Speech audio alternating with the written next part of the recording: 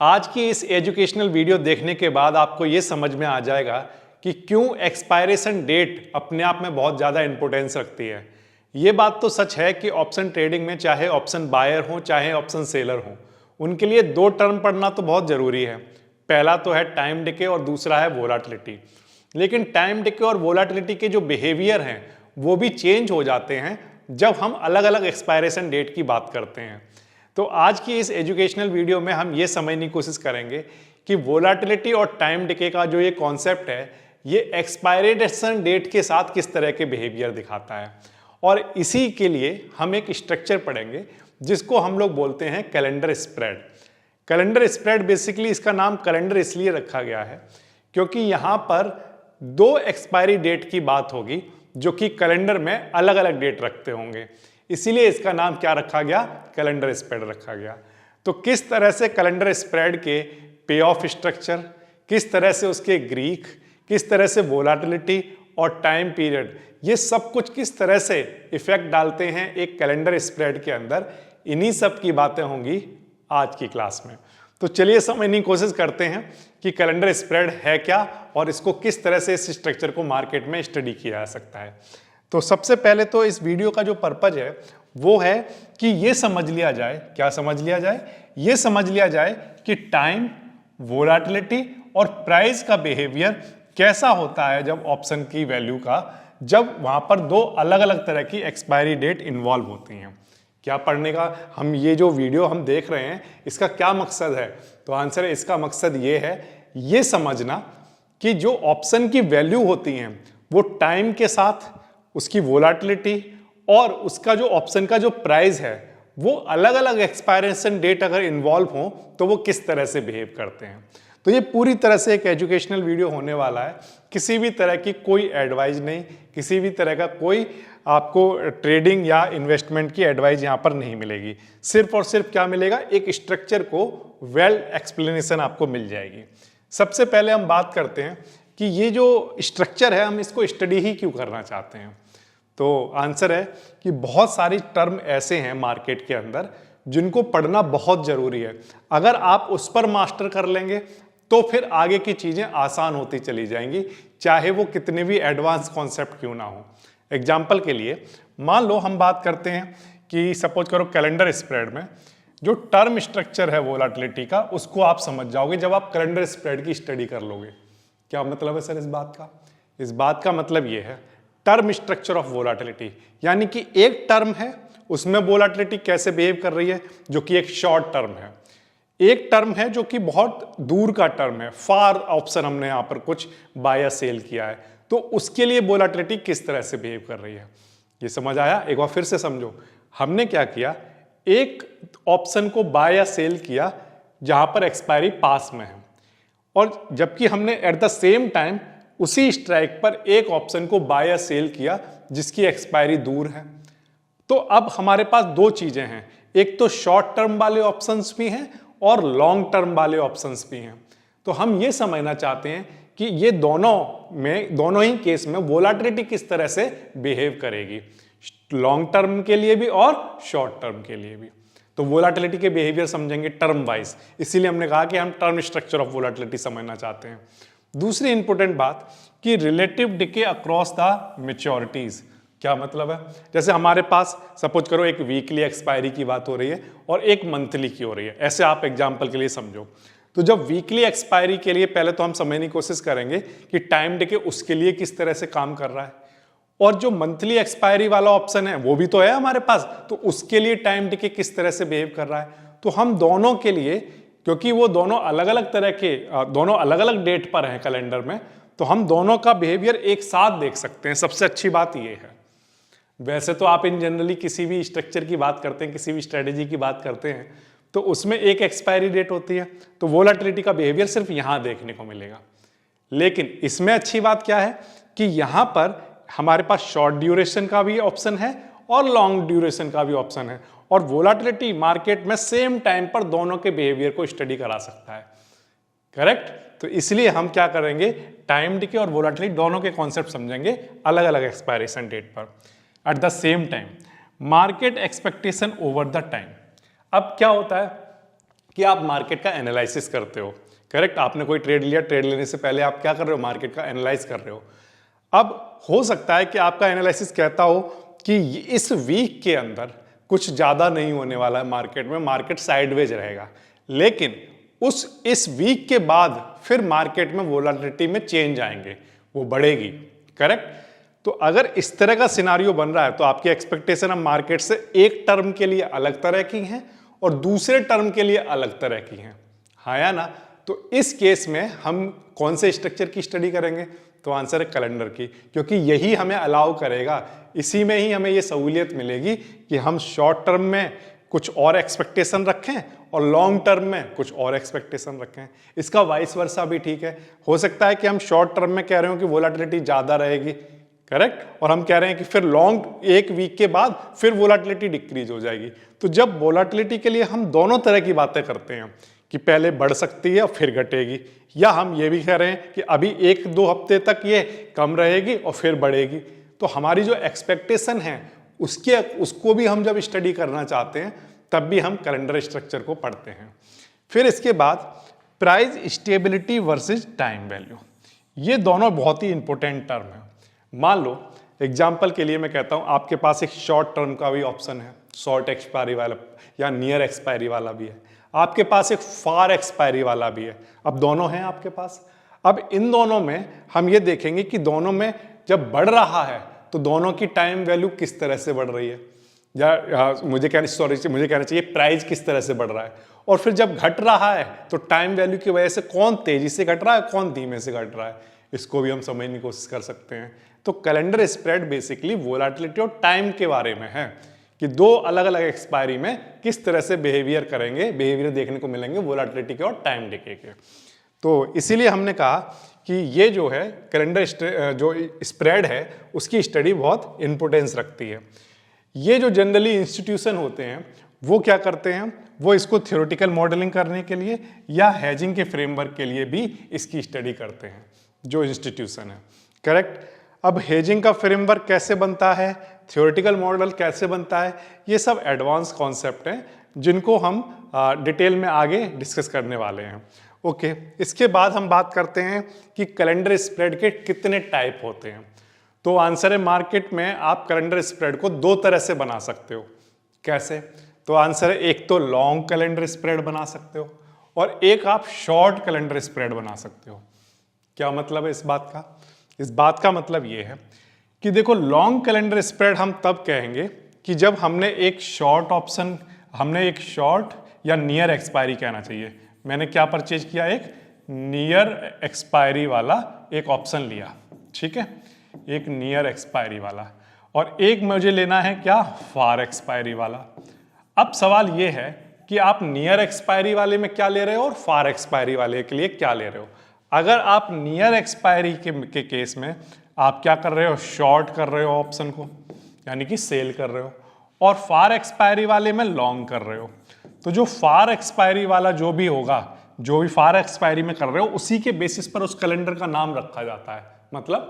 मतलब ये कि अगर फार एक्सपायरी में आपने बाइंग की है और नियर वाली एक्सपायरी में आपने सेलिंग की है, तो उस केस में जो फार एक्सपायरी में आपने किया है उसके बेसिस पर इसका नाम क्या होगा, लॉन्ग कैलेंडर स्ट्रक्चर। लेकिन मान लो नियर वाली एक्सपायरी में आपने बाइंग की है, लॉन्ग किया है, करेक्ट, और लेकिन फार वाली एक्सपायरी में आपने शॉर्ट किया है, तब उस केस में जो कैलेंडर स्ट्रक्चर बनेगा उसको हम लोग क्या कहेंगे, शॉर्ट कैलेंडर स्प्रेड।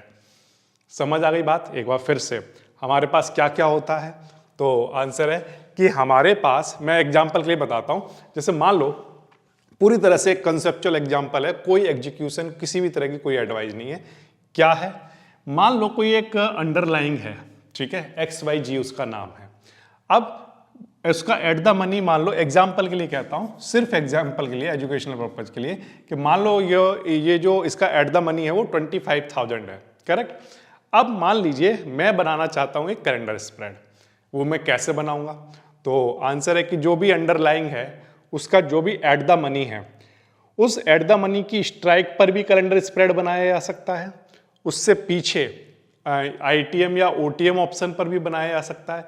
लेकिन सबसे बेस्ट मैं आपको बोलता हूं कि मान लो एग्जाम्पल के लिए मैं सिर्फ कहता हूं कि मैं यहां पर जो एक्सप्लेनेशन दे रहा हूं वो एट द मनी का दे रहा हूं। बनाने के लिए ओटीएम या आईटीएम भी बनाया जा सकता है।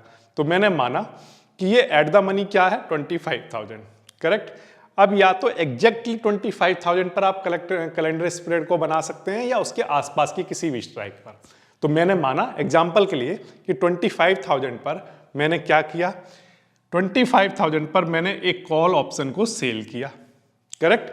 कौन सी वाली एक्सपायरी चूज की, नियर वाली। नियर वाली मतलब जैसे आज बना रहे हो तो सपोज करो नेक्स्ट वीक जो एक्सपायरी आ रही है वो क्या हो गई, नियर वाली। और उसी ऑप्शन के लिए एक मंथली वाली भी होगी, करेक्ट। तो मंथली वाली जो एक्सपायरी होगी वो क्या हो जाएगी, फार वाली हो जाएगी, करेक्ट। तो हमने क्या किया, जो नियर वाली एक्सपायरी थी सपोज करो वीकली वाली, उसमें हमने क्या कर रखा है, सेल किया। और जो फार वाली एक्सपायरी है, एग्जाम्पल के लिए कहता हूं कि हमने उस पर क्या किया, बाय किया। तो अगर हमने फार वाली पर बाय किया है तो वो जो स्ट्रक्चर होगा वो क्या कहलाएगा, लॉन्ग कैलेंडर का स्ट्रक्चर होगा। ये बात आई समझ में। लेकिन मान लो इसी स्ट्राइक पर हमने क्या किया, बाइंग की नियर वाली एक्सपायरी की, करेक्ट। लेकिन जो फार वाली एक्सपायरी यानी कि जो मंथली वाली है उस पर हमने क्या किया, सेल किया। तो उस केस में ये जो स्ट्रक्चर बनेगा वो कौन सा स्ट्रक्चर बनेगा, शॉर्ट कैलेंडर स्ट्रक्चर बनेगा। क्लियर हो गई बात आपको, ठीक। तो इसका मतलब तो ये है कि लॉन्ग कैलेंडर रखा जाएगा नाम या शॉर्ट कैलेंडर रखा जाएगा, वो किसके बेसिस पर रखा जाएगा। तो आंसर है फार वाली एक्सपायरी पर अगर आपने लॉन्ग किया है, बाइंग की है तो लॉन्ग, और अगर फार वाली एक्सपायरी पे आपने शॉर्ट किया यानी सेल किया है तो शॉर्ट। बिल्कुल सिंपल है, ठीक है। तो अगर कोई आपसे पूछे कि कैलेंडर स्प्रेड के कितने टाइप होते हैं तो आप कहोगे दो, एक होता है लॉन्ग और एक होता है शॉर्ट। फार वाली एक्सपायरी पर जो भी किया जाएगा उसके बेसिस पर उसका नाम होगा। बिल्कुल सिंपल है, ठीक है। अब सवाल है कि हम इस वीडियो में जो कवर करने वाले हैं वो पहले हम करेंगे किसको, लॉन्ग को। लॉन्ग जो कैलेंडर स्प्रेड है वो भी अगर हम देखें तो उसमें हम लोग करते क्या है, बेसिकली पहले तो हम लॉन्ग कैलेंडर स्प्रेड में समझ लेते हैं। तो a long calendar spread is an option structure जिसमें दो ऑप्शन होंगे। क्या होंगे बोलो, दो ऑप्शन होंगे। और वो कहां पर बाय या सेल किए जाएंगे, तो आंसर है सेम स्ट्राइक पर। ध्यान रखिए सेम स्ट्राइक पर, ऐसा नहीं है आपने यहां पर 25,000 पर इसको बनाया है तो 25,000 पर इसको भी बनाओगे फार वाले ऑप्शन को, एग्जाम्पल पर्पज के लिए। समझ आ गई बात आपको। ऐसा नहीं है कि यहाँ ये 25,000 पर बना दिया और ये 25,100 पर बना दिया, नो, तब ये कैलेंडर नहीं रहेगा, ये इसका नाम चेंज हो जाएगा, फिर ये डायगोनल बन जाएगा। क्लियर है बात आपको। तो इसलिए आपको ये बात ध्यान रखनी है कि आप चाहे लॉन्ग कैलेंडर स्प्रेड बना रहे हो चाहे शॉर्ट कैलेंडर स्प्रेड बना रहे हो, वहां पर जो स्प्रेड बनेगा वो बनेगा सेम स्ट्राइक पर। अब ये स्प्रेड नाम इसलिए रखा गया है क्योंकि एक जो उसी स्ट्राइक पर एक ऑप्शन नियर वाली एक्सपायरी के लिए है और दूसरा वाला लॉन्ग वाली के लिए है। स्ट्राइक वही है, बस एक्सपायरी अलग है। तो हमने यहां पर लिख दिया बट डिफरेंट एक्सपायरी डेट। ये समझ आया आपको, ठीक है। अब हम करने क्या वाले हैं, तो अगर आप लॉन्ग की बात कर रहे हो तो मैंने आपको फिर से बताया, मैं बताता हूं आपको। नियर टर्म वाले में आप क्या करोगे बताओ, तो आंसर नियर टर्म वाले में सेलिंग करेंगे। लॉन्ग टर्म वाले में क्या होगा इसमें, तो आंसर है बाइंग होगी, करेक्ट। ये बात आई आपको समझ में। तो एग्जाम्पल पर्पज के लिए मैंने आपको ये बता दिया है कि लॉन्ग ऑप्शन का स्ट्रक्चर कैसे बनाया जाता है, उसके कंपोनेंट कैसे दिखते हैं। बिकॉज एक्सपायरी इज डिफरेंट, इसलिए जो स्ट्रेटजी है वो बेसिकली किस पर फोकस कर रही है, टाइम डिके पर और वोलाटिलिटी पे, नॉट द डायरेक्शन अलोन। क्यों, इस बात का क्या मतलब है, देखो समझो। यहां पर एक ऑप्शन जो है वो सेल किया गया, करेक्ट। अब मान लो हमने सेल जो किया वो कॉल है, तो अगर आपने कॉल सेल किया है तो कॉल ही आपको बाय करना पड़ेगा। अगर आपने पुट सेल किया है तो पुट ही बाय करना पड़ेगा। इस बात को भी ध्यान रखना है। ये दोनों सेम टाइप के ऑप्शन होने चाहिए। उसी के बेसिस पर ये जो लॉन्ग वाला स्ट्रक्चर है ना, ये भी दो तरह का होता है। इस बात को आपको ध्यान रखना। कौन कौन से टाइप का होता है, types of long calendar spread में एक आता है कॉल कैलेंडर स्प्रेड, जिसमें दोनों ऑप्शन क्या होंगे, कॉल वाले होंगे, करेक्ट। जो नियर वाला टर्म वाला होगा वो सेल किया जाएगा और जो लॉन्ग टर्म वाला होगा वो बाय किया जाएगा। ये तो हो गया क्या, जब हमने कॉल के साथ बनाया, तो इसका नाम क्या होगा, कॉल कैलेंडर स्प्रेड। ये लॉन्ग की बातें हो रही है। लॉन्ग के अंदर भी कौन सा है, ये कॉल वाला, क्योंकि कॉल के साथ बनाया जा रहा है। अब इसमें आप डायरेक्शनल हो गए। क्यों डायरेक्शनल क्यों हो गए, क्योंकि इसमें अपसाइड वाला जो बिहेवियर है उसको ऑब्जर्व किया जाएगा, क्योंकि जो बाइंग है वो किसकी है, कॉल की। तो बाइंग में बेनिफिट कब होगा, तो आंसर है जब मार्केट ऊपर की तरफ जाएगा। तो इसलिए हम जो ऑब्जर्व करेंगे वो अपसाइड वाले मूवमेंट करेंगे, करेक्ट। या हम न्यूट्रल रहना चाहेंगे, क्यों न्यूट्रल क्यों रहना चाहोगे, वो इसलिए क्योंकि यहाँ पर कॉल बाइंग के साथ साथ कॉल की सेलिंग भी तो हुई है, और जो कॉल सेलर है उसकी डायरेक्शन किधर होती है, डाउनवर्ड डायरेक्शन में। तो एक ऑप्शन तो चाहता है कि डाउनवर्ड डायरेक्शन में रहे मार्केट, एक ऑप्शन चाहता है कि अपवर्ड डायरेक्शन में रहे। तो ओवरऑल देखें तो हम क्या चाहते हैं, न्यूट्रल रहे मार्केट। ये समझ आया आपको, ये बताओ, फिर से बताओ, कॉल जो है जो सेल की गई वो क्या चाहता है, तो आंसर मार्क उसकी डायरेक्शन ये है, करेक्ट ये। और जो बाइंग किया जिसने कॉल, उसकी डायरेक्शन किधर है, तो आंसर उसकी डायरेक्शन अपवर्ड है। तो नेट डायरेक्शन किधर बनी, तो आंसर नेट डायरेक्शन न्यूट्रल हो गई, करेक्ट। ये बात आ रही है समझ।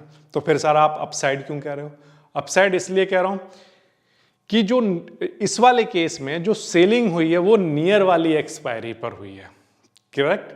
अब नियर वाली एक्सपायरी पर अगर सेलिंग की गई है 25,000 पर मान लो, या किसी भी एग्जांपल को ले सकते हो आप, तो उस केस में वो तो पहले एक्सपायर हो चुका होगा, लेकिन दूसरा वाला तो बचेगा ना, समझ रहे हो आप। जो कॉल ऑप्शन है ये वाला तो आपका एक्सपायर हो जाएगा, नियर टर्म एक्सपायरी है, मान लो इस वीक में एक्सपायर हो गया, लेकिन ये वाला तो अभी एक्सपायर नहीं होगा, ये तो अगले महीने या जब भी आपने जितनी दूर का बनाया है तब जाकर एक्सपायर होगा। तो ये तो अब बचेगा ना, करेक्ट। अब ये बचेगा तो इसका नेचर कैसा है, तो आंसर है ये बेसिकली प्योर कॉल बाइंग बचेगी, है ना। अब क्योंकि ये कॉल बाइंग बची हुई है लॉन्ग टर्म में, तो फिर इसकी डायरेक्शन किधर होगी, अपवर्ड डायरेक्शन में।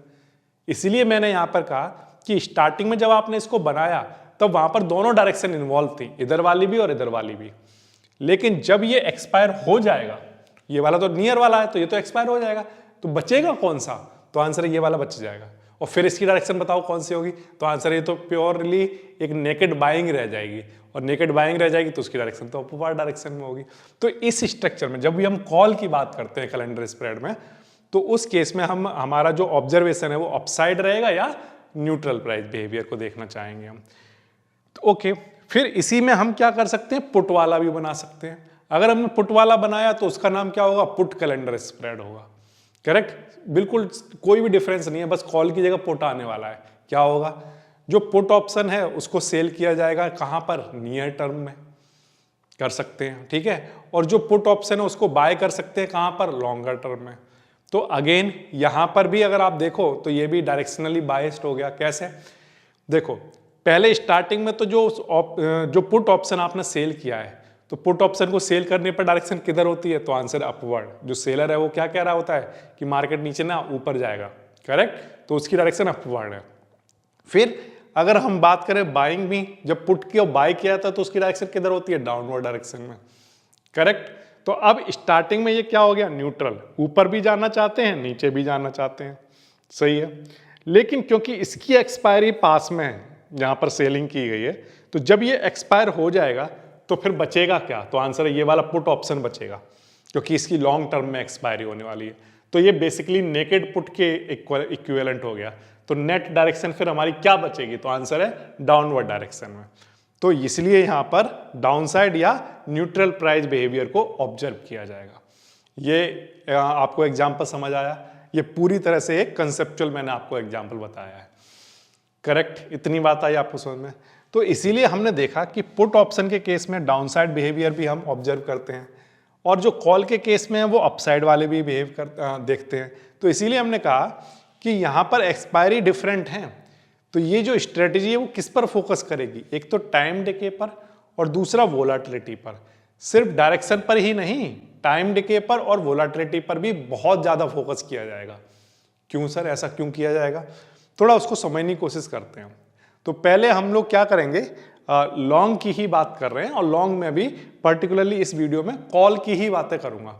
जितनी बातें कॉल की किए जाएंगी वो सारी उसके जस्ट 22 वर्ष अगर आप करोगे तो वो पुट के लिए हो जाएंगी, ठीक है। तो बस कॉल की जगह पुट लिखते जाओगे तो वहां पर वो सारा पुट वाला अरेंजमेंट हो जाएगा। तो मैं सिर्फ कॉल वाले एग्जाम्पल लेकर इसको एक्सप्लेन करने की कोशिश करता हूं, ठीक है। तो चलिए स्टार्ट करते हैं। सबसे पहले कोई एक अंडरलाइंग है, ओके, ये मैंने माना कि इसका जो एट द मनी है वो सपोज करो ऐसा कर लेते हैं 25,000 मान लेते हैं एग्जाम्पल पर्पज के लिए, कोई एग्जीक्यूशन नहीं है, सिर्फ कंसेप्चुअल पूरी तरह से। अब इसमें हमने क्या किया, हमें एक लॉन्ग कैलेंडर स्ट्रक्चर बनाना था, इसका लॉन्ग कैलेंडर स्प्रेड बनाना था। लेकिन लॉन्ग कैलेंडर स्प्रेड भी दो तरह का होता है, कॉल और पुट। तो हमने कौन सा वाला बना रहे हैं, कॉल वाला। जैसा कॉल वाला बनेगा उसकी जगह बस पुट ले लोगे तो पुट वाला बन जाएगा। तो हमने मान लो कॉल वाला बनाना है, बताओ कैसे बनाओगे लॉन्ग के केस में। तो लॉन्ग के केस में सेलिंग नियर वाली स्ट्राइक पे की जाती है, करेक्ट, और बाइंग दूर वाली स्ट्राइक पे की जाती है, दूर वाली एक्सपायरी पे की जाती है। स्ट्राइक तो सेम होगी, सॉरी स्ट्राइक तो सेम होगी, बट जो नियर वाली एक्सपायरी हो वहां पर क्या किया जाएगा, सेलिंग, और उसी स्ट्राइक पर लॉन्ग वाली एक्सपायरी पर क्या की जाएगी, बाइंग। तो हमने कर लिया। मैंने माना कि मान लो कोई एक एक्सपायरी जैसे हमने यहां पर ले ली, सपोज करिए एक तो कोई नियर वाली एक्सपायरी, ये नियर वाली एक्सपायरी में मान लीजिए हमने सेलिंग की, और जो फार वाली एक्सपायरी है उस पर हमने क्या कर दी, बाइंग कर दी। ओके, अब इस केस में थोड़ा सा ये समझने की कोशिश करते हैं कि इसमें मैक्सिमम प्रॉफिट होने के पोटेंशियल क्या होंगे अगर आपने ऐसा किया तो ठीक है, चलो समझते हैं। अब मैं आपसे ये कह रहा हूं कि जब आप ये स्ट्रक्चर बनाओगे तो इस स्ट्रक्चर को बनाने के बाद बहुत सारी चीजें ऐसी हैं जो आपको सोचनी चाहिए। क्या क्या क्या इस स्ट्रेटेजी में कोई मैक्सिमम पोटेंशियल जैसी, मैक्सिमम प्रॉफिट जैसा कोई पोटेंशियल बनता है? तो आंसर है नो, ऐसा कोई भी पोटेंशियल नहीं बनेगा, ये वेरिएबल रहेगा। कैसे? इसी का मैं आपको एक क्लियर एग्जांपल देकर समझाने की कोशिश करता हूं। यहां पर किसी भी तरह का कोई भी मैक्स प्रॉफिट का सिनारियो नहीं बनेगा। क्यों? देखो, इसलिए मान लो दिस इज डे 1, ठीक है, जब ये बनाया गया। ओके, सपोज करते हैं, सिर्फ एग्जांपल के लिए मैं मान लेता हूं कि इस वाली जो ये वाला जो सेल जो किया है आपने कॉल, उसका 1 मंथ बाद वो एक्सपायर हो जाएगा, ऐसा हमने माना एग्जांपल के लिए, ठीक है। और ये वाला जो है ये सपोज करो 3 मंथ बाद एक्सपायर हो जाएगा, ऐसा हमने माना, ठीक है। यहां तक बात आई इसमें। तो ये हमारा क्या हो गया, नियर टर्म वाला, और ये हमारा क्या हो गया, फार वाला ऑप्शन। ओके, अब जो नियर वाला ऑप्शन है उसकी तो एक्सपायरी हो जाएगी 1 मंथ में, सही है, और जो फार वाला है उसकी 3 मंथ में होने वाली है। तो अब थोड़ी सी कुछ चीजें थोड़ा सोचनी पड़ेंगी, समझनी पड़ेंगी। क्या कि मान लो दिस इज 25,000, करेक्ट, जहां पर हमारे पास एक कॉल ऑप्शन हमने क्या कर रखा है, सेल भी कर रखा है, और एक हमने क्या कर रखा है, बाय भी कर रखा है, ठीक है। अब जैसे ही 1 मंथ बीतेगा, आफ्टर 1 मंथ क्या हो गया होगा, तो आंसर है ये एक्सपायर हो गया, ठीक है। ये क्या हो जाएगा, एक्सपायरी हो जाएगी इसकी। अब इसकी तो एक्सपायरी हो गई, बट ये तो अभी भी बचा हुआ है ना, ये तो कहां तक जाएगा, तो आंसर 3 मंथ तक जाएगा। सही बात है, 3 मंथ तक जाएगा सर, क्योंकि इसकी एक्सपायरी 3 मंथ बाद थी। अब मेनली क्योंकि आपने पिछली कुछ वीडियोस देखी होंगी, तो आप बहुत अच्छे से ग्रीक्स, टाइम डिके और वोलाटिलिटी को अगर समझते हो, तो मैं आपसे एक चीज पूछता हूं कि जो आपने पोजीशन बनाई है, इस पोजीशन में पहले आप क्या चाहेंगे कि आपका जो एक्सपायरी वाला, पास वाला एक्सपायरी वाला है, उसके बारे में सोचना शुरू करेंगे, पहले से ही सोचना शुरू कर देंगे, या जो लॉन्ग वाली एक्सपायरी क्या है? तो आंसर है कि सर देखो, इसकी एक्सपायरी तो 1 मंथ में आ रही है, तो और यहां पर सेलिंग की हुई है, और सेल भी किसको किया हुआ है, कॉल को किया हुआ है। तो इसकी जो डायरेक्शन है वो क्या है? तो आंसर इसकी डायरेक्शन है इधर, ये वाली डायरेक्शन है इसकी, करेक्ट। तो हम ये चाहेंगे कि यहां पर मार्केट इससे इस डायरेक्शन में ना जाए। कैसी बातें कर रहे हो सर, ये जो बाइंग कर रखी है, ये इसमें प्रॉफिट तो तभी होगा, इसमें बेनिफिट तो तभी होगा जब मार्केट ऊपर जाए। तो यही तो इसकी ब्यूटीफुल बात है, यही तो खूबसूरती है कैलेंडर स्प्रेड की, कि पहले तो आप कुछ और चाहते हो, और जब वो एक ऑप्शन एक्सपायर हो जाता है तब आप कुछ और चाहते हो। मतलब ये कि क्योंकि आपने पहले सेलिंग की हुई है, अब सेलिंग के केस में क्या चाहोगे आप? तो आंसर हम तो ये चाहेंगे कि मार्केट इधर ना जाए। इसका मतलब आप कैसा मार्केट चाहते हो? तो आंसर हम साइडवेज मार्केट चाहते हैं। कैसा चाहते हैं? साइडवेज, क्योंकि जितना ये इधर एक्सपायर होगा उतनी ही इसके पास कोई इंट्रिंसिक वैल्यू नहीं बचेगी, और जितनी इसके पास इंट्रिंसिक वैल्यू नहीं बचेगी उतना ही जो इसका क्रेडिट है वो हमारा हो जाएगा। ये समझ आया आपको? तो इसलिए सेलिंग का जो क्रेडिट है वो हमारे पास रह जाए, इसके लिए हम ये चाहेंगे कि पहले 1 मंथ में मार्केट कैसा रहे? तो आंसर है साइडवेज रहे। क्या रहे? साइडवेज रहे, करेक्ट। अब ये साइडवेज रहने का क्या मतलब होता है?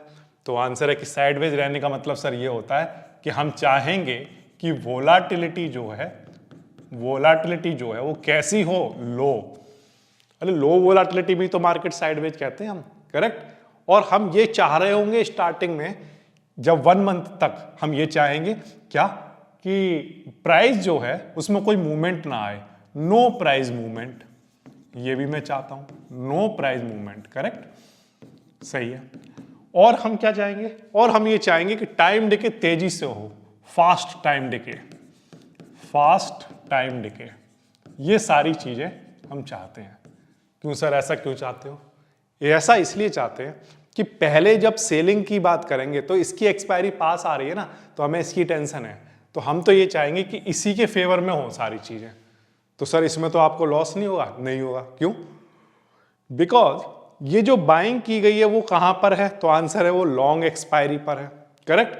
अब एग्जाम्पल पर्पज के लिए, सिर्फ एजुकेशनल पर्पज के लिए ये इसको समझने की कोशिश करो कि लॉन्ग एक्सपायरी में टाइम वैल्यू बहुत ज्यादा होगी, करेक्ट, टाइम वैल्यू तो बहुत ज्यादा होगी। अब इंट्रिंसिक वैल्यू तो दोनों के लिए सेम ही चलेंगी, केवल इसमें क्या ज्यादा होगी, टाइम वैल्यू।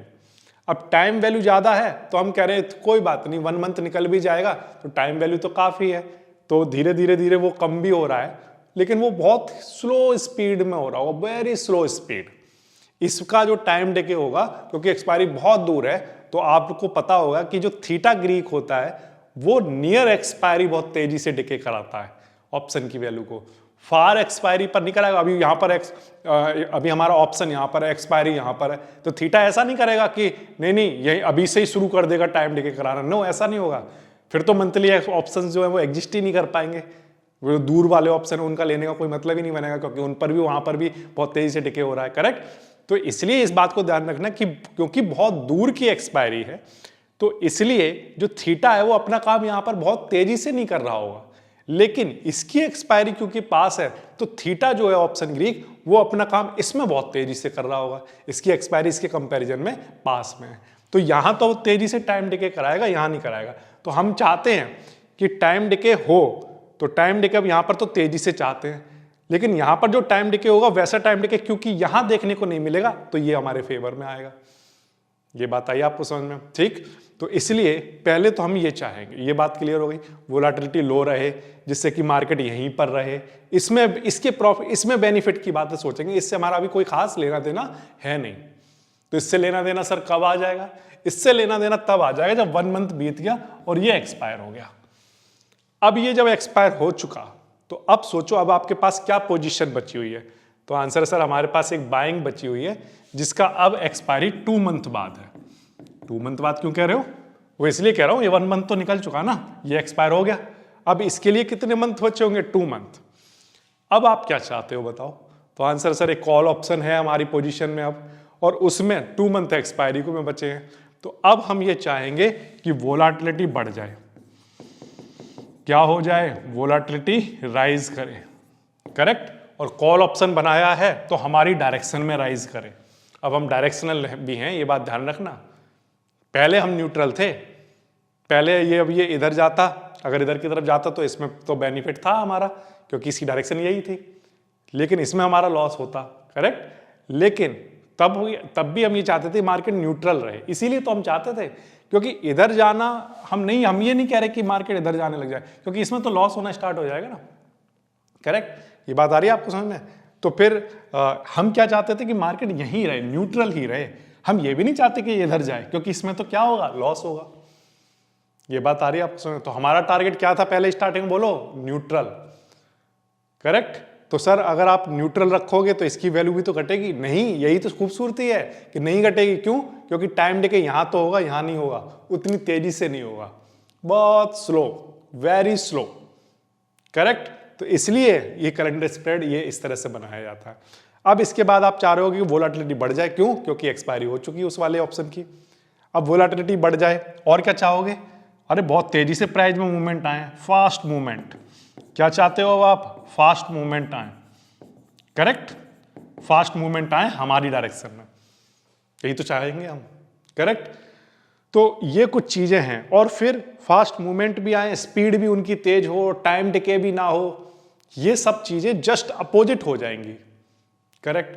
तो अब फिर से कैलेंडर स्प्रेड में जो प्रॉफिट है वो मैक्सिमम प्रॉफिट की कंडीशन क्यों नहीं बनती है?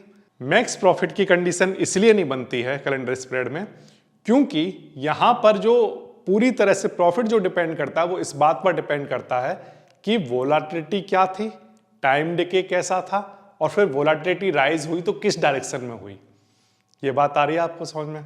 क्लियर है ये बात? तो अब फिर से यहां पर मान लो एग्जांपल के लिए कहता हूं कि ये वाला तो एक्सपायर हो गया था, फिर मान लो वोलाटिलिटी अगर आपकी डायरेक्शन में राइज होती है, यानी कि आप जो चाह रहे थे कि वो बढ़ जाए इस डायरेक्शन में, उस डायरेक्शन में बढ़ जाती है तो इसमें तो प्रॉफिट होने के पोटेंशियल बढ़ जाएंगे, है ना। और मान लो अगर नहीं बढ़ती है तो इसमें प्रॉफिट होने के पोटेंशियल घट जाएंगे।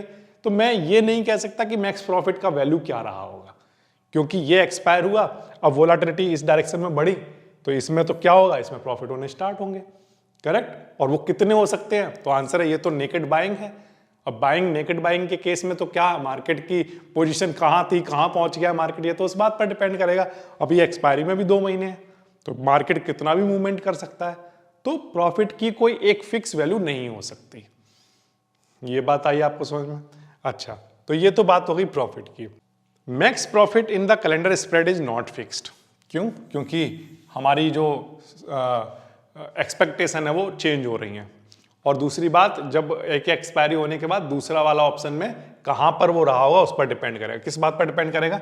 कि कितनी फार पहुंच चुका है जो ऑप्शन है, जो बचा हुआ है, एक ऑप्शन बचा हुआ है ना, वो कितनी फार तक जाता है, ठीक है, या कितना फार ऑप्शन जो है वो स्टिल एक जगह अपनी पोजीशन को बनाकर रखे हुए। फिर इसकी वैल्यू किस बात पर डिपेंड करेगी? कि वोलाटिलिटी कितनी है और कितना टाइम बचा हुआ है। सही है। अगर मान लो जो फार वाला ऑप्शन है उसमें टाइम कम बचा होगा तो टाइम डिके जल्दी से होगा, और टाइम डिके जल्दी से होगा, जो बचा हुआ ऑप्शन था उसी की बात कर रहा हूं। मान लो आपने ये इस वाले वीक का बनाया पहला, ठीक है, ऑप्शन जहां पर सेलिंग की थी, और फिर नेक्स्ट वीक का ही बना दिया, तब भी तो वो फार ऑप्शन हो गया। अब जब ये पहले वीक के बाद जब ये एक्सपायर हो गया तो एक ही तो वीक बचा दूसरे वाले के लिए, तो उस केस में तो टाइम डिके बहुत तेजी से होगा। तो आप क्या चाहोगे? बहुत तेजी से, स्पीड से मूवमेंट आए।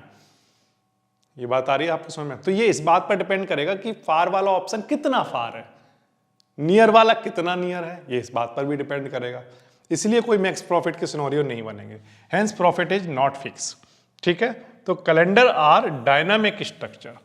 बहुत सारे स्ट्रक्चर हम पढ़ते हैं मार्केट में, लेकिन ये स्ट्रक्चर ऐसा स्ट्रक्चर है जो डायनामिक है, जहां पर कोई भी चीज फिक्स नहीं है, प्रॉफिट जो है वो फिक्स नहीं है। क्लियर हो गई बात आपको? अच्छा, अब इसके बाद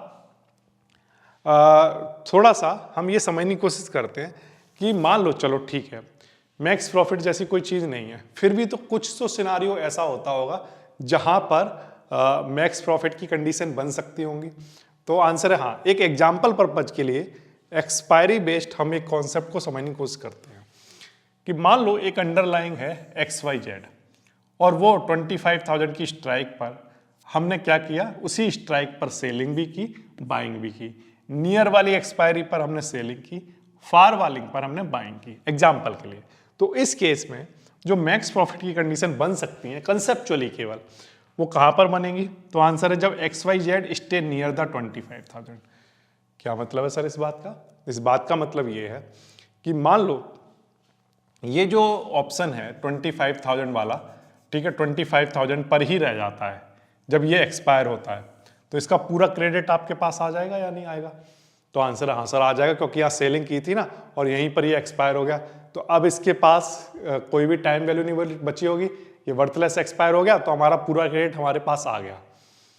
सही है। अच्छा, फिर जो नियर वाली कॉल है वो एक्सपायर हो जाए, वेरी लिटिल वैल्यू या मतलब कोई भी वैल्यू उसके पास ना हो, एंड जो फार वाली कॉल वैल्यू है ना, उसके पास अभी भी सिग्निफिकेंट टाइम वैल्यू बची हो। क्या मतलब है सर इस बात का? इस बात का मतलब ये है कि हम एक तो ये चाहते हैं कि जो मार्केट में जब ये पास वाला एक्सपायर हो, कौन सा पास वाला? नियर वाली एक्सपायरी की बात कर रहा हूं। जब नियर वाली एक्सपायरी वाला जहां पर सेलिंग की है वो जब एक्सपायर हो, तो वो तो यहां पर हो, जहां पर हमने बनाया था इस कैलेंडर को वहीं पर एक्सपायर हो, ये वाला, इसका नहीं, ये वाले की चाह रहे हैं हम। और फिर जब ये एक्सपायर हो जाए तो फिर ये इस बात पर डिपेंड करेगा मैक्स प्रॉफिट कि अब इसमें इसकी एक्सपायरी में कितना टाइम बचा हुआ है। अगर इसमें बहुत टाइम बचा हुआ है तो मूवमेंट आने के चांस हैं अपवर्ड डायरेक्शन में, तो वहां पर प्रॉफिट के पोटेंशियल मैक्स बन जाएंगे। तो ये एक इकलौता कंसेप्चुअल पेपर पर एक आप मैक्स प्रॉफिट को इसको समझ सकते हो। समझ आ रही है बात आपको? फिर से ये कहां पर चाहोगे बताओ? तो आंसर है सर अगर हम इसका फुल क्रेडिट चाहते हैं, इसके जो प्रॉफिट है, इसके प्रॉफिट का पोटेंशियल तो बाद में आएंगे, वो बाद में सोचना, इसके फुल बताओ कहां पर मिलेंगे? तो आंसर सर यहीं पर मिलेंगे अगर ये यहीं एक्सपायर हो गया। ये बात आ गई आपको समझ में? ठीक, यहीं पर क्यों चाहते हो सर? इधर जाने पर भी तो इसके फुल क्रेडिट मिलेगा। तो हाँ, हम नहीं चाहेंगे कि मार्केट इधर जाए क्योंकि ये भी तो इन्वॉल्व है बाइंग, और बाइंग की डायरेक्शन तो इधर है। तो इसलिए हम ये कह रहे हैं यहीं पर रहो, इधर मत जाओ, यहीं पर रहो, तो आपका फुल तो क्रेडिट हमें यहाँ पर मिल ही जाएगा। और फिर यहाँ से फिर बाइंग में अगर वोलेटिलिटी बढ़ेगी तो वहां पर प्रॉफिट का पोटेंशियल और बढ़ेगा। ये समझ आया आपको? तो इसलिए ये वहां पर मैक्स प्रॉफिट के कुछ सिनारियो थियोरेटिकली बनाए जा सकते हैं या बन सकते हैं। ओके, नाउ अब सवाल है कि क्या इस स्ट्रेटेजी के अंदर, इस स्ट्रक्चर में क्या मैक्सिमम लॉस भी हो सकते हैं? तो आंसर है हाँ, मैक्सिमम लॉस जो है वो फिक्स्ड है। मैक्सिमम लॉस अनलिमिटेड नहीं, कैसे हैं? एक फिक्स लॉस देखने को मिलेगा। क्यों सर? क्योंकि इस स्ट्रेटेजी में आपके पास जो ये जो स्ट्रक्चर है इसमें नेट डेबिट में रहे होगे आप। क्यों सर नेट डेबिट में क्यों रहे होंगे? वो इसलिए रहे होंगे, एक एग्जांपल से थोड़ा समझते हैं कि आपने जो 25,000 की कॉल जो नियर वाली एक्सपायरी पर ली, ठीक है, तो एक बिल्कुल हाइपोथेटिकल एग्जांपल लेते हैं, कंसेप्चुअल एग्जांपल लेते हैं कि आपने माना कि 200 पर वो मिल रहा था एट द मनी, सही है। तो ये तो नियर वाली एक्सपायरी थी, मान लो 1 मंथ बाद मान लेते हैं, ठीक है। अब फार वाली एक्सपायरी मान लो आपने चूज की आफ्टर 2 मंथ या 3 मंथ वाली, तो वहां पर जो प्रीमियम होगा वो ज्यादा होगा, करेक्ट, इससे तो ज्यादा ही होगा। मान लो ये वाली वीक की आपने एक्सपायरी चूज की तो ये तो 200 पर मिल रहा है, लेकिन नेक्स्ट वीक वाला जो ऑप्शन होगा वो इससे तो ज्यादा ही में मिलेगा। सही बात है, क्यों? क्योंकि उसके पास क्या ज्यादा होगी? टाइम वैल्यू ज्यादा होगी। टाइम ज्यादा है ना, तो टाइम वैल्यू ज्यादा होगी, करेक्ट। तो अब यहां पर क्या होगा? तो आंसर है बाइंग हुई 300 रुपीज की एग्जाम्पल के लिए, और जो सेलिंग हुई वो 200 रुपीज की हुई, तो ये तो डेबिट हुआ, ये क्रेडिट हुआ। अब डेबिट जो है वो माइनस कराओगे क्रेडिट में से, तो आपके पास क्या बच जाएगा? तो आंसर है हमारे पास नेट डेबिट आ जाएगा। 300 क्या हुआ है? डेबिट। 200 क्या हुआ है? क्रेडिट। तो 300 200 माइनस किया, 100 आ गया, तो ये नेट डेबिट हुआ, ठीक है। अब हमारे अकाउंट से जो क्योंकि नेट डेबिट हुआ है, तो इस केस में हमारे पास राइट है कि चाहे लॉस कितना भी हो हम उसको एक्सरसाइज करें या ना करें, हम उसको लें या ना लें, क्योंकि आप ऑप्शन बायर होगे ना, फिर जब एक एक्सपायरी हो चुकी होगी तब तो आप बायर होगे, और बायर के पास राइट होता है कि उसको अगर ज़्यादा लॉस हो रहा हो तो वो तो कह देगा सेलर को कि भाई मेरा जो नेट डेबिट है वो रख लो आप, बाकी का मैं कुछ नहीं दूंगा आपको, करेक्ट। तो नेट डेबिट से ज़्यादा का लॉस नहीं हो सकता, तो इसलिए हमने कहा कि जो मैक्स लॉस है वो कैसे हैं? फिक्स हैं। ये समझ आया आपको? इसीलिए हमने यहां पर लिखा है क्या कि जो मैक्सिमम लॉस है वो लिमिटेड है, और it occurs when price move away from strike early. क्या मतलब है सर इस बात का? इस बात का मतलब ये है कि मान लो यहां पर 25,000 पर आपने सेलिंग की और यहां बाइंग की, तो जैसा कि मैंने आपको बताया कि आप पहले जो नियर वाली एक्सपायरी तक क्या चाहोगे कि प्राइस जो मार्केट है वो साइडवेज रहे और उसी स्ट्राइक पर ही रहे। लेकिन मान लो जैसे ही आपने करंट स्प्रेड बनाया और मार्केट बहुत तेजी से मूव कर गया, तो क्या होगा? तो आंसर है जब ये इधर की डायरेक्शन में मूव करेगा तो 2 चीजें होंगी।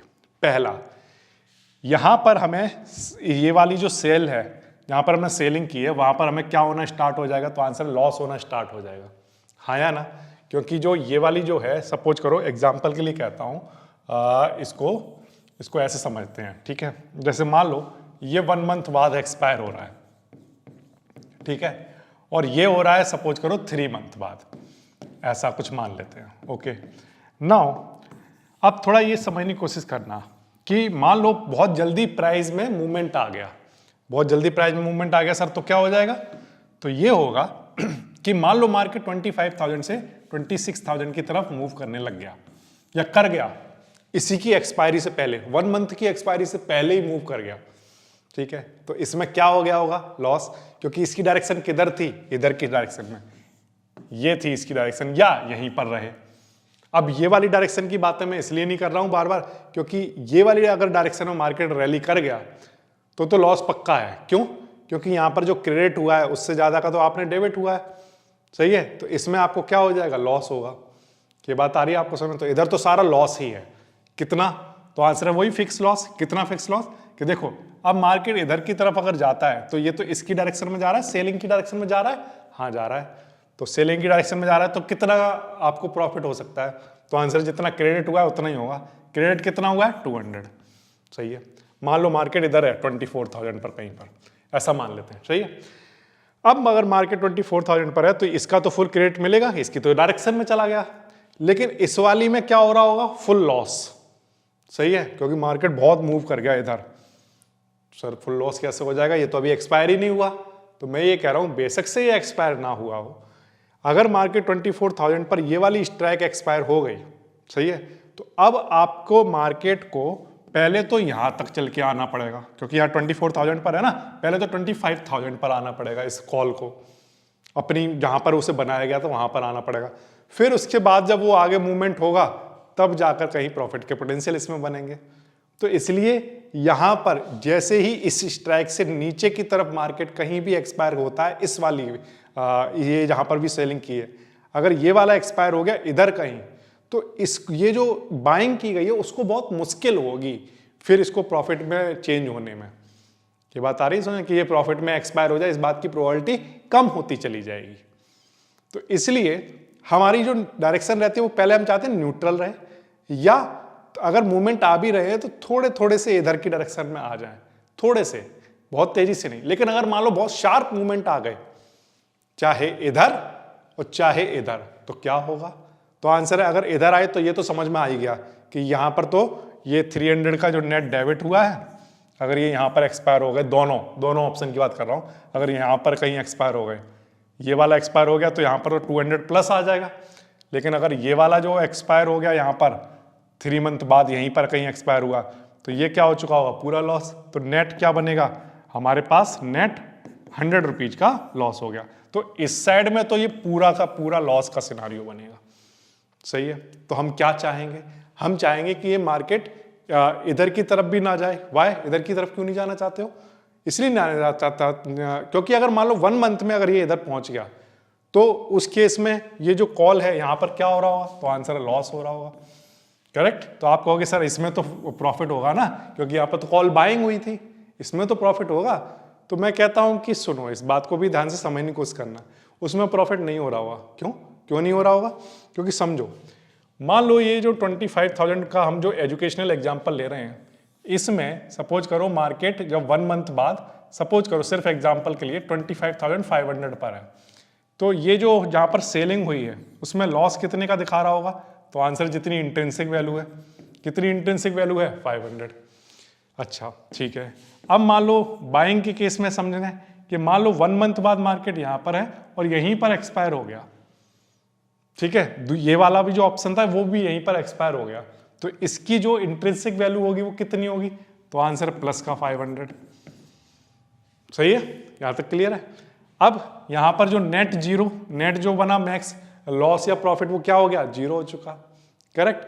और आप पहले से क्या चल रहे थे, नेट डेबिट में चल रहे थे, कितने रुपीज के, 100 के, तो इसलिए आप किस में आ जाओगे, लॉस में आ जाओगे, नेट डेबिट आपका अकाउंट से पहले ही हो चुका था। तो इसलिए यहां पर जितनी इंट्रिंसिक वैल्यू ये रखता होगा उतनी ही इंट्रिंसिक वैल्यू ये रखता होगा, चाहे इधर कहीं भी एक्सपायर हो।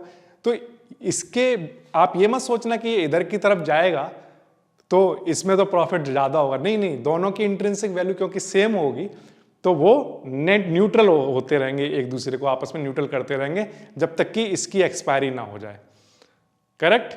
अब जब इसकी एक्सपायरी हो जाएगी उसके बाद फिर हाँ, अगर वोलेटिलिटी बढ़ती है और इस डायरेक्शन में जाती है तो हाँ ये प्रॉफिट के पोटेंशियल बनेंगे।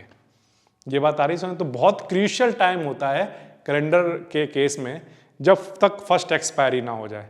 वो फर्स्ट एक्सपायरी अगर हमारी जो हमारे फेवर में हुई तब तो ठीक है, अगर फर्स्ट एक्सपायरी हमारे फेवर में नहीं हो रही है तो फिर सेकंड एक्सपायरी को बहुत कुछ करना पड़ता है उसको हमारे फेवर में लाने के लिए।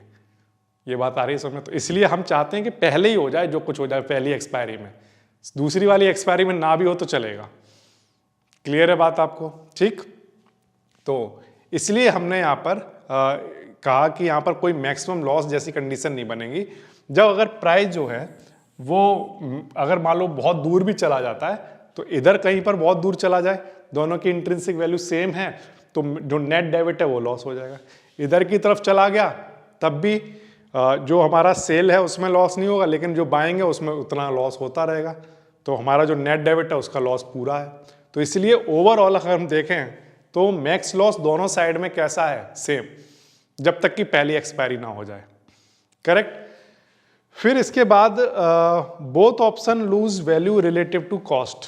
अगर मान लो कभी ऐसा होने लग जाए कि बाइंग का भी कॉस्ट घट रहा है और जो आपका सपोज करो जो आपने नियर वाला ले रखा है उसका भी कॉस्ट घट रहा है।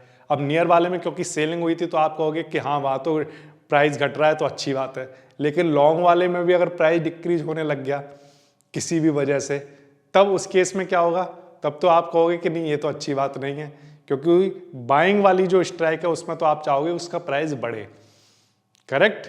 जब तक उसका प्राइस बढ़ेगा नहीं तब तक आपकी नेट जो पोजीशन है वो डेबिट में ही रहेगी। करेक्ट। तो इसलिए आपको ये बात ध्यान रखना है कि अगर दोनों वैल्यू लॉस होने लग गई, दोनों ऑप्शन लॉस करने लग गए अपनी वैल्यू को, तब भी वहां पर मैक्स लॉस की कंडीशन में आ जाओगे। वोलाटिलिटी अगर कोलैप्स कर गई, वोलाटिलिटी कोलैप्स कर गई मतलब, वोलाटिलिटी कोलैप्स कर गई का मतलब ये हो गया कि पहले तो हम चाहते थे कि वोलाटिलिटी कोलैप्स ही रहे जब तक पहली एक्सपायरी ना हो, हम चाहते थे क्योंकि सेलिंग कर रखी थी। लेकिन उसके बाद अगर मान लो वोलाटिलिटी फिर भी कोलैप्स ही रही उसकी एक्सपायरी के बाद भी, तब क्या करोगे? तब तो जो बाइंग वाला है उसकी वैल्यू नहीं बढ़ेगी, टाइम धीरे धीरे धीरे पास आता जाएगा और उसमें लॉस होने स्टार्ट हो जाएंगे। ये समझ आ रहा है आपको? ठीक। तो इसलिए मैक्स लॉस लिमिटेड तो हैं, बट ये रिस्की पोजीशन है। रिस्की क्यों है? क्योंकि ये पूरी तरह से किस पर डिपेंड कर रही है? वोलाटिलिटी पर और टाइम डिके पर डिपेंड कर रही है। ये समझ आया? ठीक। अब इसके बाद थोड़ा सा समझने की कोशिश करते हैं कि क्या ये जो कैलेंडर स्प्रेड आप बनाते हैं इसमें कोई भी ब्रेक इवन एग्जिस्ट करते होंगे? तो आंसर नो, कोई ब्रेक इवन एग्जिस्ट नहीं करेगा। व्हाई? बिकॉज जब आपका पहला ऑप्शन जहां पर सेलिंग हुई थी, जब आपकी उसकी एक्सपायरी हो जाएगी, करेक्ट, तो उसके बाद आपके पास एक ऑप्शन फिर भी बचेगा बाइंग वाला। फिर वो जो बाइंग वाला ऑप्शन है वो उसके प्रॉफिट के पोटेंशियल कितना होगा, ये इस बात पर डिपेंड करेगा कि वहां वोलाटिलिटी और टाइम डिके कैसे हो रहे हैं। अगर एक्सपायरी पास आ गई है सेकंड वाले ऑप्शन की, फार वाले की, अगर एक्सपायरी पास आ गई है तो बहुत तेजी से टाइम डिके होंगे, तो वहां पर चाहे मूवमेंट भी आ रहे हों लेकिन उसका कोई खास फायदा नहीं होगा। वोलाटिलिटी थोड़ी बहुत बढ़ भी रही हो उसका भी कोई खास फायदा नहीं होगा। तो हम चाहेंगे कि जब भी फर्स्ट ऑप्शन एक्सपायर हो तो उसके बाद जो सेकंड ऑप्शन है उसमें तेजी से मूवमेंट आए। तेजी से मूवमेंट आए किसमें? वोलाटिलिटी में। तो ये तो पूरी तरह से वोलाटिलिटी पर डिपेंड करेगा ना, क्योंकि आपको याद होगा ब्रेक इवन तो वो पॉइंट होते हैं जिसके बाद प्रॉफिट और लॉस होना स्टार्ट होते हैं। अब यहाँ पर तो जो सेकंड ऑप्शन है उसमें प्रॉफिट डिपेंड ही किस पर करेगा? वोलाटिलिटी पर करेगा, राइट।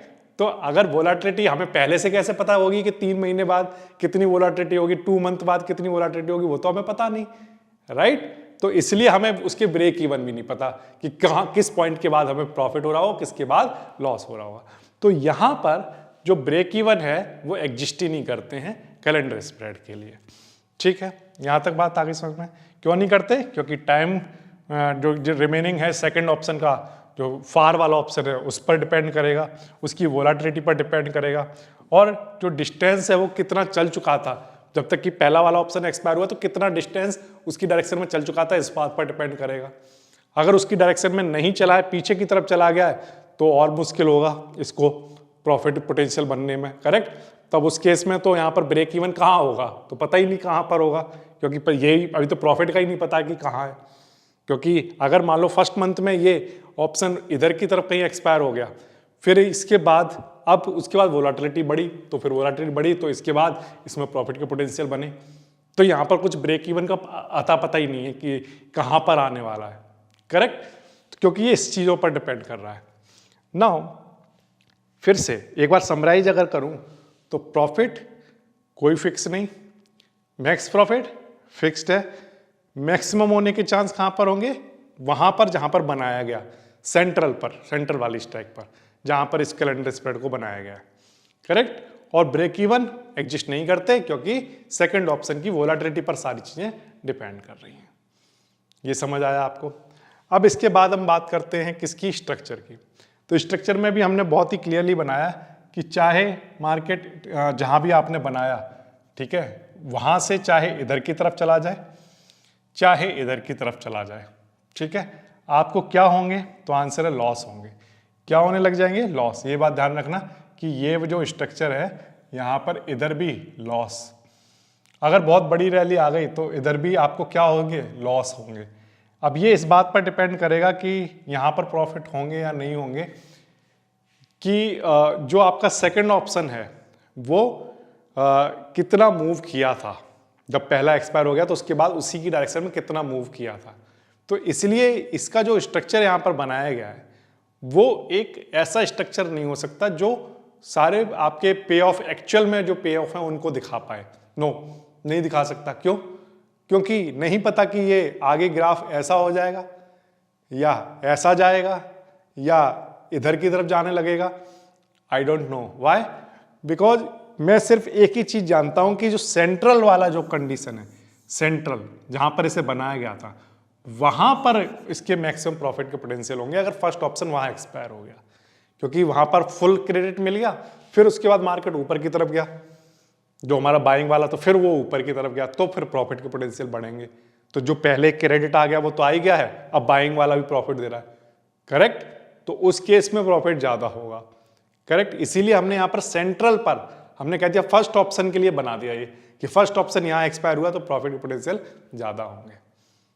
क्लियर है? और अगर यहीं पर एक्सपायर हो गया दोनों ऑप्शन, तो इस केस में इधर भी आपको लॉस है, इधर भी आपको लॉस है, यहीं पर केवल प्रॉफिट दिखाई देता है।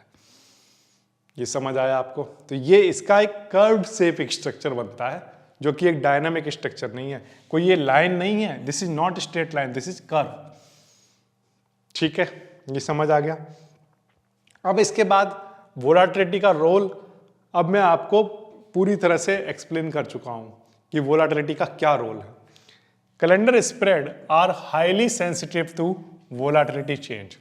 अगर वोलाटिलिटी में इंक्रीज आया तो जो लॉन्ग टर्म वाला ऑप्शन है वो बहुत तेजी से रिएक्ट करेगा, यानी कि उसके प्राइस में बहुत तेजी से मूवमेंट आएंगे।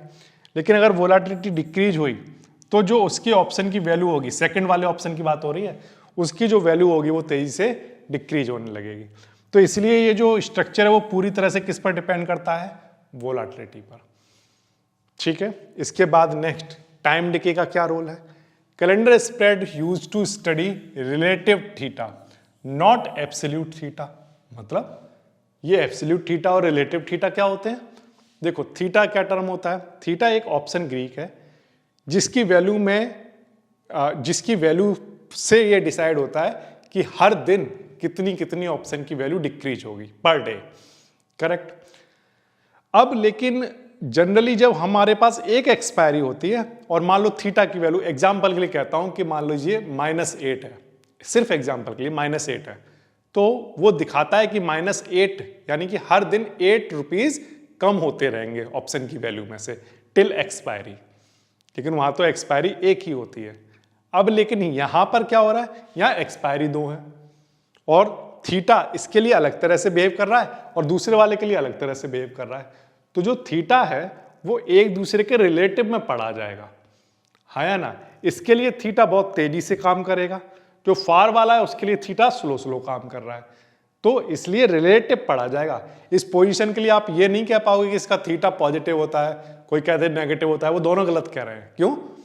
क्योंकि एक के लिए तो थीटा कैसा है? पॉजिटिव, जहां पर सेलिंग हुई नियर वाले के लिए, और एक के लिए थीटा कैसा है? नेगेटिव, जिसमें बाइंग की गई, करेक्ट। तो पॉजिटिव भी इन्वॉल्व है, नेगेटिव भी इन्वॉल्व है, तो रिलेटिव थीटा पढ़े जाएंगे। रिलेटिवली हम ये देखने की कोशिश करेंगे, समझने की कोशिश करेंगे कि दोनों के साथ बिहेवियर किस तरह का हो रहा है। तो इसलिए मिक्स्ड थीटा यहां पर देखने को मिलेगा आपको, ठीक है। अच्छा, तो अगर मान लो जो नियर वाला टर्म ऑप्शन होगा वो तो फास्टर डिके करेगा टाइम का, थीटा उसको तेजी से डिके करवाएगा। जो फार वाला होगा उसको स्लोअर डिके करवाएगा। तो इसलिए time does not decay equally. अब यहां पर टाइम जो है वो इम्बैलेंस डिके हुआ। इसीलिए हमने क्या किया, जो पास वाला जो था उसके लिए हमने सेलिंग करने पसंद किया। क्यों? ऐसा क्यों किया? ऐसा इसलिए किया कि जितना जल्दी टाइम डिके होगा उतना ही सेलिंग वाला ऑप्शन बेनिफिट दे सकता है, करेक्ट। और जो बाइंग वाला है उसके लिए हमने दूर का टाइम क्यों रखा? क्योंकि टाइम डिके जल्दी ना हो, इसलिए हमने दूर वाला भी उसमें एक ऐड किया है और इस तरह से एक कैलेंडर बना दिया। तो दूर का आएगा तो टाइम वैल्यू ज़्यादा होगी तो वो धीरे धीरे डिक्रीज होगी, तो बाद में हमें मूवमेंट के चांस मिलेंगे। जितनी ज़्यादा टाइम वैल्यू होगी, जितना दूर एक्सपायरी होगी, उतने ज़्यादा मूवमेंट के चांस मिलेंगे। जब ये वाला एक्सपायर हो चुका होगा तब हमें कुछ ज़्यादा बेनिफिट होने के चांस बन सकते हैं। ये समझ आया? तो ये पूरा थियोरेटिकली मैंने आपको ये बता दिया कि टाइम डिके का क्या रोल है और वोलेटिलिटी का क्या रोल है। अब बात आपसे करता हूँ कि ग्रीक्स, अब बाकी के सारे ग्रीक्स भी थोड़ा समझाने की कोशिश करता हूँ। तो पहला तो है थीटा, ठीक है। थीटा मैंने आपको बता दिया मिक्स होगा, क्योंकि ये इस बात पर डिपेंड करेगा कि कौन सा फार वाले का अलग तरह से बिहेव करेगा, पास वाले का अलग तरह से बिहेव करेगा, तो इसलिए थीटा जो मिक्स होगा। लेकिन वेगा जो है वो पॉजिटिव होगा। अगर वोलेटिलिटी राइज हुई, ठीक है, तो वो बेनिफिट देगा कौन सी वाली पोजीशन को, सेकंड वाली जो फार वाली है उसको, क्योंकि वहां बाइंग हुई है। तो इसके बढ़ने पर जो वेगा है वो हमारी साइड आ जाएगा। आप जानते हो कॉल बाइंग के केस में वेगा हमारी साइड आ जाता है अगर वोलेटिलिटी बढ़ती है, करेक्ट। फिर इसके बाद डेल्टा की बात करें तो डेल्टा तो मैंने आपको बता दिया इनिशियली कैसा रहा होगा, न्यूट्रल। वाई? क्योंकि वहां पर सेलिंग भी इन्वॉल्व है और बाइंग भी इन्वॉल्व है। तो वहां पर सेलिंग वाले का कैसा रहा होगा डेल्टा, तो सेलिंग वाले के लिए जो डेल्टा की वैल्यू रही होगी और जो बाइंग वाले के लिए डेल्टा की वैल्यू रही होगी वो नेगेटिव और पॉजिटिव इक्वल रही होगी। सेम स्ट्राइक की बातें हो रही है, करेक्ट। तो नियरली स्ट्राइक आप जब बनाओगे कैलेंडर को तब तो न्यूट्रल होगा, लेकिन जैसे जैसे प्राइस के मूवमेंट आएंगे तो उसकी वैल्यू चेंज हो जाएगी। गामा की हम बात करें तो गामा की वैल्यू भी इनिशियली लो होगी, फिर बाद में जैसे जैसे वोलेटिलिटी में चेंज आ रहे हैं, टाइम कितना पास रह गया है सेकंड वाले ऑप्शन का यानी कि फार वाले का, उस पर डिपेंड करेंगे इन सब की वैल्यू, करेक्ट। तो यहाँ पर जो ग्रीक्स की वैल्यू हैं वो बहुत तेजी से और सिग्निफिकेंटली चेंज होंगी जैसे जैसे टाइम पास होगा। तो जैसे मैं बाकी के अदर वाले स्ट्रक्चर में बताता हूँ कि ये पॉजिटिव है, ये नेगेटिव है, ऐसा इस स्ट्रक्चर में नहीं होता है। ये वैल्यू लगातार डेल्टा और गामा की वैल्यू चेंज होती रहेंगी जैसे जैसे टाइम पास होगा। पहले एक एक्सपायर हो गया, फिर दूसरे वाले की एक्सपायरी पास आएगी, तो ये कुछ और ही वैल्यू बन चुकी होंगी जो स्टार्टिंग में थी उसके कंपैरिजन में। ये समझ आया? तो ये इसकी ग्रीक प्रोफाइल है। इसमें बस अच्छी बात ये रहेगी बाइंग वाली साइड के लिए कि अगर वोलेटिलिटी बढ़ती है तो वेगा, गामा, डेल्टा ये सब बाइंग वाली साइड के पास आ जाएंगे, उसके फ्रेंड बन जाएंगे। ये बात आ रही है समझ में? ठीक। और उस केस में जो थीटा होगा वो क्या हो रहेगा, फर्स्ट ऑप्शन एक्सपायर होने के बाद जो थीटा होगा वो सेकंड वाले के लिए, क्योंकि बाइंग है, उसके लिए एनिमी का काम करेगा, उसमें भी फिर तेजी से डिके लाना स्टार्ट करेगा। ये बात आ रही समझ? जब तक पहला ऑप्शन एक्सपायर नहीं हुआ था तो सिर्फ पहले ऑप्शन में क्योंकि सेलिंग हुई थी तो वहां पर तो तेजी से नियर वाली एक्सपायरी थी, तेजी से डिके करा रहा था थीटा, लेकिन दूर वाले को नहीं करा रहा था। अब ये वाला एक्सपायर हो चुका, इसकी एक्सपायरी और पास आ गई, तो अब वो भी उसको भी तेजी से डिके कराना स्टार्ट करेगा। तो उस केस में यही एनिमी होगा, बाकी ये फ्रेंड का काम करेंगे। ये समझ आया आपको? इसके बाद ग्रीक प्रोफाइल के बाद हम बात करते हैं कुछ रिस्क कैरेक्टरिस्टिक की। जब भी कैलेंडर स्ट्रक्चर की बात होती है तो ऐसा नहीं है कि इसमें रिस्क नहीं है, रिस्क अभी भी इन्वॉल्व है। आपको पता है कि पहला ऑप्शन एक्सपायर होने के बाद दूसरे ऑप्शन के लिए अगर वोलेटिलिटी में चेंज नहीं आए, वोलेटिलिटी नहीं बढ़ी उसकी डायरेक्शन में, तो आप जानते हो कि उसकी वो भी वर्थलेस एक्सपायर हो जाएगा। और अगर वो वर्थलेस एक्सपायर हो जाएगा तो आप नेट डेबिट में रहोगे, तो आप लॉस में रहोगे। नेट डेबिट में तो आप पहले से ही, तो आप क्या हो जाओगे, लॉस में आ जाओगे। तो ये तो पूरी तरह से वोलेटिलिटी वाली स्ट्रेटेजी हुई, करेक्ट। तो यहां पर जो रिस्क हैं वो अभी भी बने हुए हैं, ठीक है। Loss is possible if price move away early, बहुत तेजी से अगर पहले ही मूव कर गया इस डायरेक्शन में तब भी, इस डायरेक्शन में तब भी आप नेट डेबिट में रहोगे। अगर वोलेटिलिटी शिफ्ट जो हुआ स्ट्रक्चर है ना, वो भी आपको हर्ट कर सकता है। वोलेटिलिटी शिफ्ट आपकी अपोजिट डायरेक्शन में हो गई, आपका जो स्ट्रक्चर है वो नेट डेबिट वाला लॉस कराकर चला जाएगा। टाइमिंग बहुत मैटर करेगी। जितना टाइम अगर हमारी डायरेक्शन में, अगर टाइम जो है, टाइम तो हमेशा डिके होता ही रहेगा, लेकिन अगर मार्केट में मूवमेंट हमारी डायरेक्शन में नहीं आ रहे हैं, जल्दी नहीं आ रहे हैं, तो उस केस में वहां पर भी आपको लॉस होने के चांस रहेंगे। तो इसलिए ये जो रिस्क हैं ये तो पूरी तरह से इसमें इन्वॉल्व रहेंगे। तो इसलिए नो रिस्क वाली स्ट्रेटजी या स्ट्रक्चर नहीं है कैलेंडर स्प्रेड में। तो किसी भी तरह की मिसअंडरस्टैंडिंग ना रखना, कुछ मिसअंडरस्टैंडिंग ऐसी हो जाती हैं, उनको भी हम डिस्कस करेंगे, लेकिन पहले हम ये डिस्कस कर लेते हैं कि ये कब इसको यूज नहीं करना चाहिए, कब कैलेंडर स्ट्रक्चर जो है वो बहुत ही पुअरली परफॉर्म करता है हिस्टोरिकली। अगर हम थ्योरेटिकल पॉइंट ऑफ व्यू से देखें तो ये कब बहुत ही पुअरली परफॉर्म करता है, तो आंसर है जब प्राइस जो है वो शार्पली मूव कर जाता है। जब शार्पली मूव कर गया तो जो हमारा जो कॉल ऑप्शन था, जो कोई हमने सेल किया था, उसमें हमें लॉस होगा, बाइंग वाले में प्रॉफिट होगा, लेकिन वो दोनों की इंट्रिंसिक वैल्यू सेम होती रहेंगी तो वो न्यूट्रल करती रहेंगी, तो हम नेट किस में बने रहेंगे, नेट डेबिट में, करेक्ट, तो लॉस रहेगा।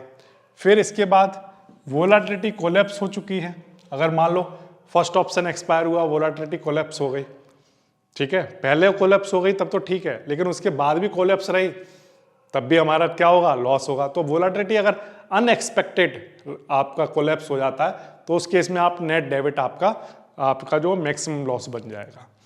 फिर इसके बाद अगर टाइम पास हो रहा है विदाउट प्राइस मूवमेंट, या सपोज करिए कोई इवेंट ड्रिवन कुछ ऐसा हो जाता है कि मार्केट में रैली आ जाती है किसी भी डायरेक्शन में, तो आपको पता है चाहे इधर जाए मार्केट चाहे इधर जाए, दोनों डायरेक्शन में लॉस होगा। ये बात क्लियर है। तो कैलेंडर स्प्रेड स्ट्रेटेजी में वो अच्छा परफॉर्म तभी करेगी जब मार्केट वहां जहां बनाया गया था उसी के आसपास एक्सपायर हो, और पहला वाला ऑप्शन करेक्ट, और फिर उसके बाद जो दूसरा वाला ऑप्शन है उसके लिए वोलाटिलिटी बहुत उसी की डायरेक्शन में तेजी से बढ़े, केवल तभी है। तो ये कुछ आपके ऑब्जर्वेशन है पिछले हिस्टोरिकली डेटा के अकॉर्डिंग कि कुछ इस तरह के सिनारियों में ये बहुत ही पुअरली परफॉर्म करता है, कोई प्रेडिक्शन नहीं है। अब इसके बाद हम बात करते हैं कुछ कॉमन मिसअंडरस्टैंडिंग कैलेंडर स्प्रेड के बारे में। कौन कौन सी हो गई हैं लोगों को मिसअंडरस्टैंडिंग हो जाती है। एक तो ये कि कैलेंडर स्प्रेड जो है वो सेफ है। नो, ये एक मिसअंडरस्टैंडिंग है। वो सेफ इसलिए नहीं है क्योंकि मार्केट अगर बड़ी रैली कर गया जब आपने बनाया और फर्स्ट ऑप्शन एक्सपायर होने से पहले ही बड़ी रैली कर गया तो उस केस में आपका लॉस होना पक्का है। दूसरी बात, they are always profit from time decay. No, ऐसा नहीं है। टाइम डिके से आपको फर्स्ट ऑप्शन की एक्सपायरी होने तक तो आपको बेनिफिट मिलेगा, लेकिन सेकंड ऑप्शन की फिर जो अगर मान लो टाइम डिके होता रहा और वोलेटिलिटी नहीं बढ़ी तो सेकंड वाले ऑप्शन में जितनी वैल्यू आपको मिली थी ना क्रेडिट में उतनी ही आपकी डेबिट हो जाएगी और बल्कि उससे ज़्यादा। तो आपका जो नेट डेबिट था उतना मैक्सिमम लॉस आपको लेना पड़ेगा। ये समझ आ रहा है। तो ये दोनों ही मिसअंडरस्टैंडिंग है। फिर इसके बाद तीसरी मिसअंडरस्टैंडिंग क्या हो जाती है कि वोलेटिलिटी तो मैटर ही नहीं करती।